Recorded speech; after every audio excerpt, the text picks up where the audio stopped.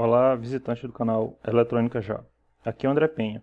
Hoje eu vou falar um pouquinho sobre controle de fluxo aplicado à comunicação serial RS-232.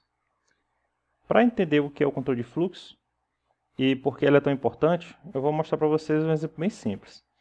Imagina que eu tenho um computador comum, e ele vai se comunicar com uma impressora fiscal, essas impressoras pequenininhas.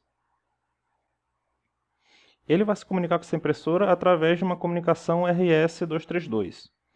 Então, nós já conhecemos mais ou menos a pinagem do DB9, conector DB9, vai estar dos dois lados. E esse computador aqui vai mandar dados seriais para essa impressora que vai fazer a impressão. Então, no pino 3 desse DB9, que é o nosso TX, vai estar ligado e transmitindo dados para o pino 2 desse DB9 da impressora, que é o RX. Como a comunicação geralmente é bidirecional, o pino 3 da impressora, o TX dela, vai estar ligado no pino 2 do DB9 do computador, que é o RX. Então é cruzado, né? TX de um com RX do outro. RX de um com TX do outro, para poder funcionar. Fora isso, temos que ter o pino 5, que é a nossa referência. Tudo tem que ter uma referência para poder funcionar. Porque é tipo assim, eu tenho uma fonte de tensão. Tudo é tensão, né? Essa fonte de tensão é a saída de dados, é como se fosse o pino 3. Só que o pino 3 não é só um lado, ele tem que ter a referência, o menos, que seria o pino 5. Para poder estar ligado aonde? No lado que vai receber, vai ler essa tensão, no caso o pino 2, só que ele tem que estar na mesma referência, no mesmo pino 5. Para esse aqui transmitir e esse aqui receber. TX, RX, por isso tem que ter o pino 5. Mas vamos ver o seguinte.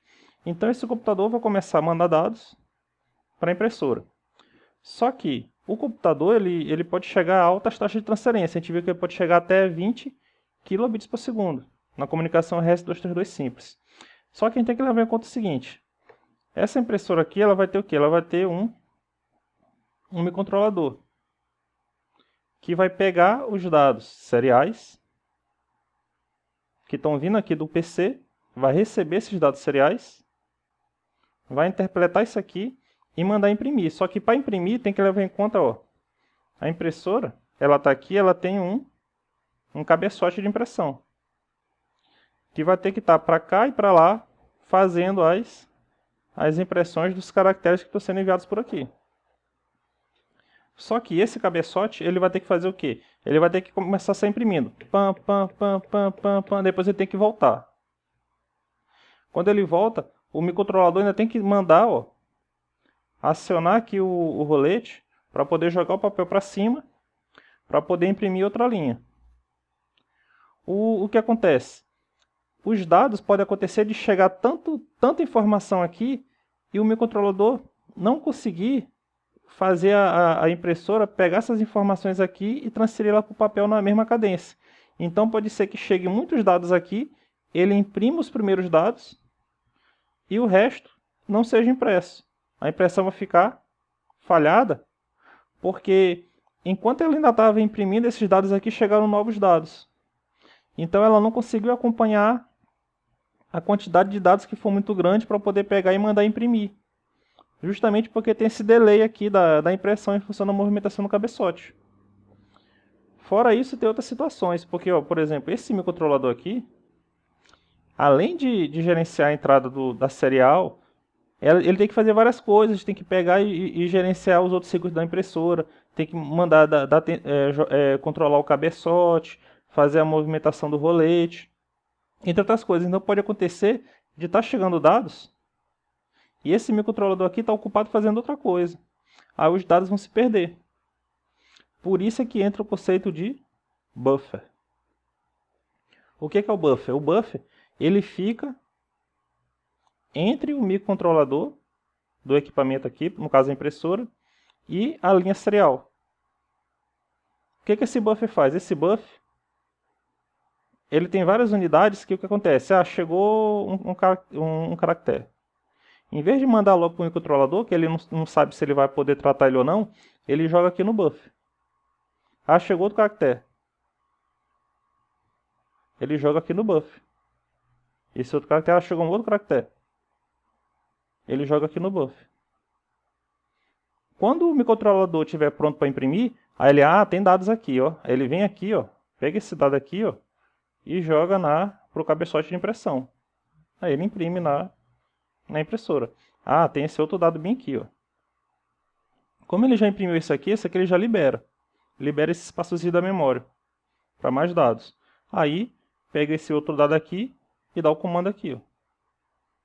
Então, ó, ele tem um espaço, um buffer que armazena algumas informações antes do microcontrolador ler elas. Ele lê do buffer, não direto da linha serial. Então ele ganha um pouco de fôlego, porque ele vai poder tratar de outras coisas. Aí quando ele puder, ele pega, agora eu vou começar a ler a informação do buffer e jogar para o cabeçote de impressão e fazer a impressão. Isso aí já ganha muita coisa. Mas imagina o seguinte, os dados estão chegando. Aí ele começa a lotar o buffer, um RX, no caso dessa impressora fiscal. Lotou aqui e o microcontrolador está tentando imprimir, está imprimindo o que ele pode. Lotou aqui, lotou aqui, lotou aqui, lotou aqui. Aí imagina que chega uma hora que ele estoura o buffer. Imagina que ele mande letra A, letra B, letra C, letra D, letra E, letra F, letra G, letra H. Então ele bota bem aqui, ó, letra A, B, e ele não tem tempo de imprimir. C, D, E, F. Aí, ó, quando chegou na hora ele transmitiu o G, mas o buffer estava lotado. Aí esse G aqui se perde. Aí o microcontrolador, agora eu vou poder ler. Aí ele começa a imprimir A, B, C, D, E, F. O G já se perdeu. Aí como ele liberou um espaçozinho aqui, aí chega, por exemplo, o H.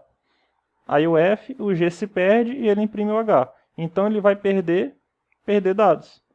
Por quê? Porque o buffer lotou. Às vezes acontece do buffer pegar aí e lotar em função do computador mandar muitos dados seriais. Então nós temos que ter algum mecanismo que faça o controle do fluxo dos dados seriais do computador para a impressora. Que é esse o objetivo do nosso estudo de hoje, tá? Tem outra situação que a mesma coisa acontece, que também vai permitir que eu fale para vocês um outro conceito importante. Imagina que eu tenho um computador aqui, e ele precisa se comunicar com outro computador, só que eles estão distantes. Eu não posso pegar e fazer uma comunicação direta com eles usando RS-232 se eles estiverem muito distantes, que é uma questão de alguns quilômetros, por exemplo. Porque esse sinal aí que a gente chama de banda base, que esses zeros e uns aqui, só com onda quadrada, ele não pode percorrer grandes distâncias. Então, para isso, nós usamos dois modems, que vão estar ligados através de cabo, geralmente é cabo par trançado, mas podia ser fibra ótica, ou então até mesmo rádio. E os computadores que estão ligados nos modems, usando comunicação serial. Então, esse aqui quer transmitir para cá, ele vai transmitir esse modem, vai pegar essa informação em banda base, que a gente chama isso aqui de banda base, e vai modular. Vai botar isso aqui numa característica alternada, que pode ser jogada numa rede de par trançado, sem perda significativa, tá? E vai recuperar aqui essa comunicação bidirecional. O que acontece? Essa comunicação daqui com esse modem, desse computador com esse modem, esse computador nós chamamos de DTE, equipamento de transmissor de dados.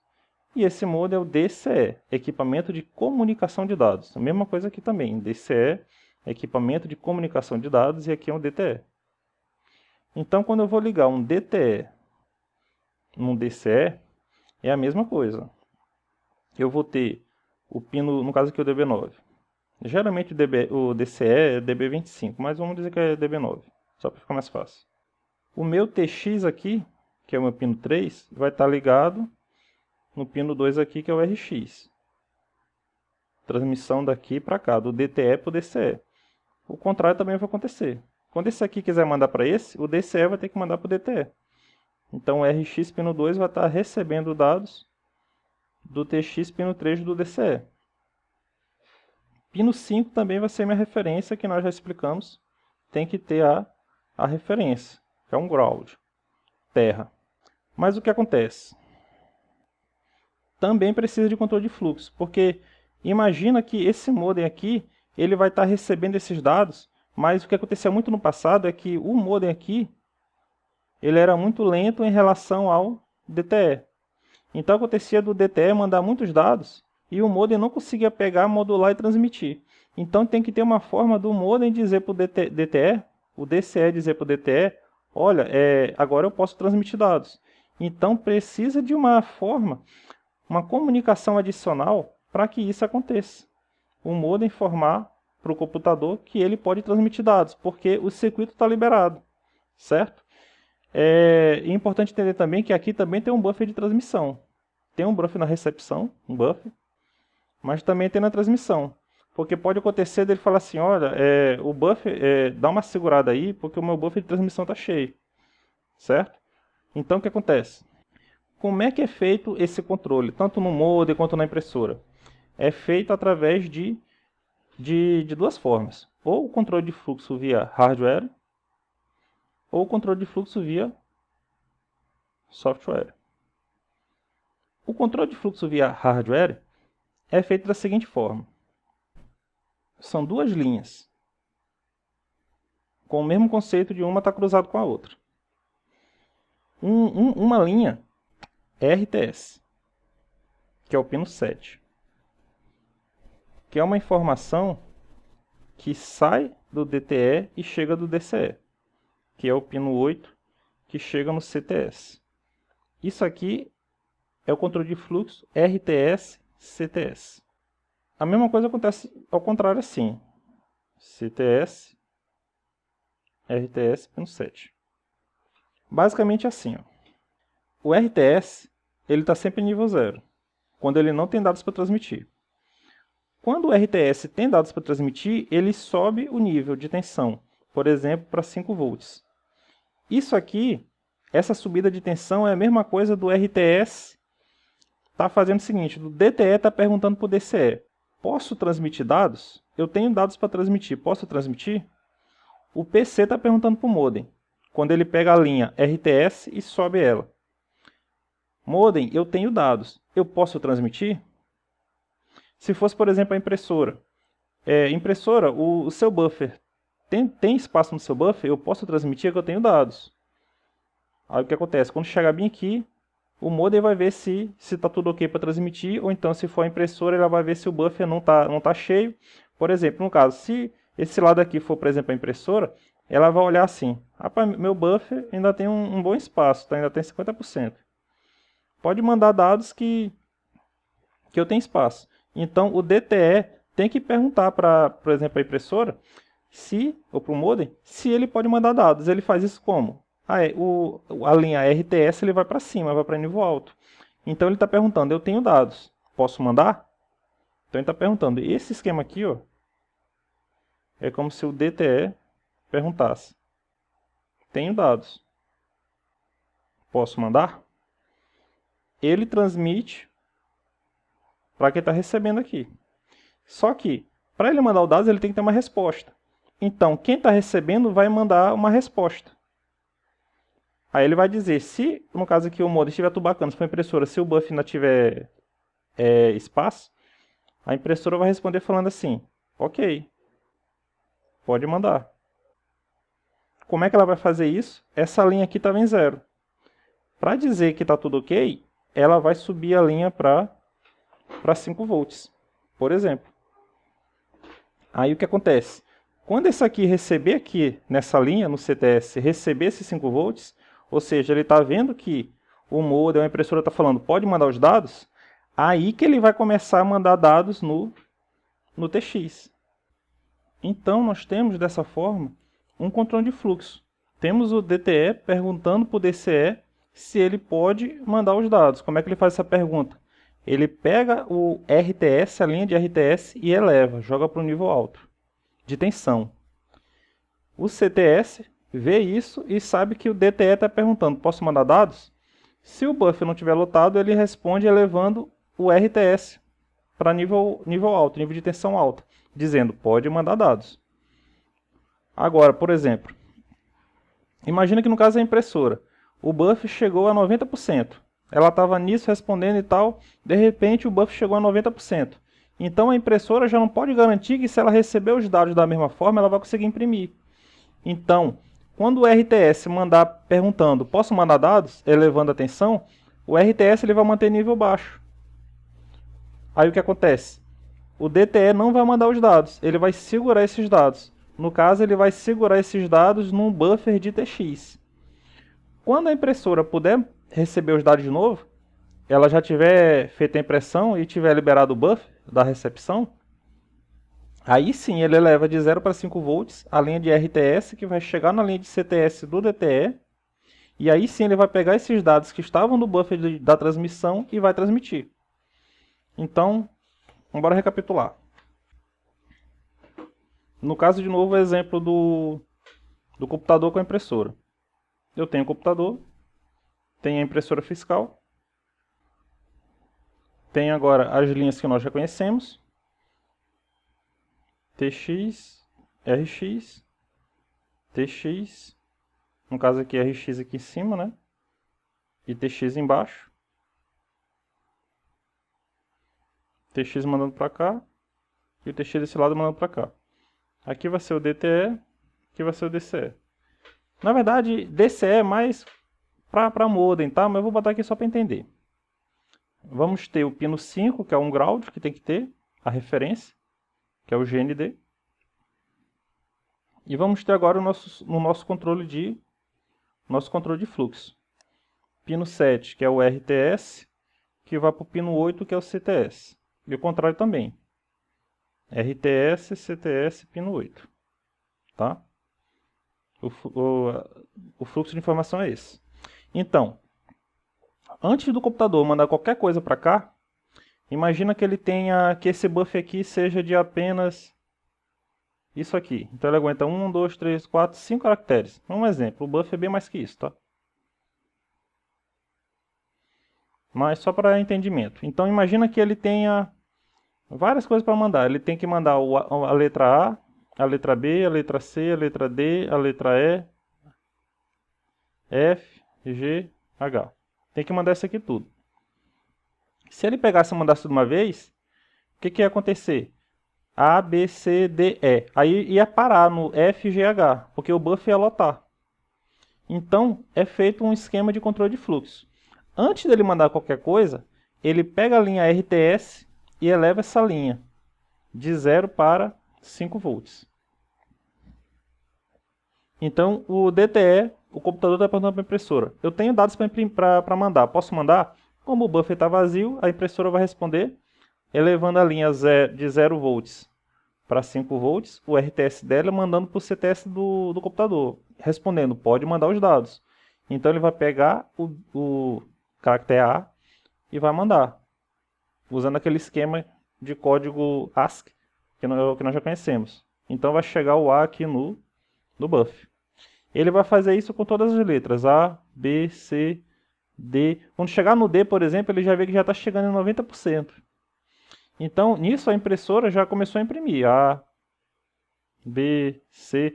Só que ela não tem como garantir que, se esse fluxo continuar, ela vai conseguir manter um ritmo de impressão sem estourar o buffer. Então, quando chegar, por exemplo, aqui na letra E, o E já está para ser mandado, mas quando ele solicitar, o computador vai perguntar: eu posso mandar mais dados? Esse aqui, a impressora vai manter em nível 0, porque ó, o buffer está cheio. Então, esse E aqui, ele vai para o buffer da transmissão. Aqui no lado do DTE. Ele vai ficar aqui, o E vai ficar aqui. O que vai acontecer? Nisso a impressora vai conseguir imprimir o A, o B, o C. Aí vai liberar espaço. Ó. Foi liberando espaço. Aí a impressora vai falar: puxa, teve uma solicitação, né? Agora eu vou liberar. Aí ela leva para 5 volts de novo. O DTE vai ver que os 5 volts vão aparecer aqui no CTS. Ele falou: opa, a impressora está falando que eu posso mandar. Então ele pega o E que estava aqui guardadinho no buffer e joga aqui na linha de TX. Aí o E vai aparecer aqui, certo? E aí ele vai conseguir, vai continuar. Eu continuo imprimindo o D, vai imprimir o E que chegou, e assim vai ficar nessa brincadeira. Isso é o controle de fluxo via hardware usando a linha RTS, CT, CTS.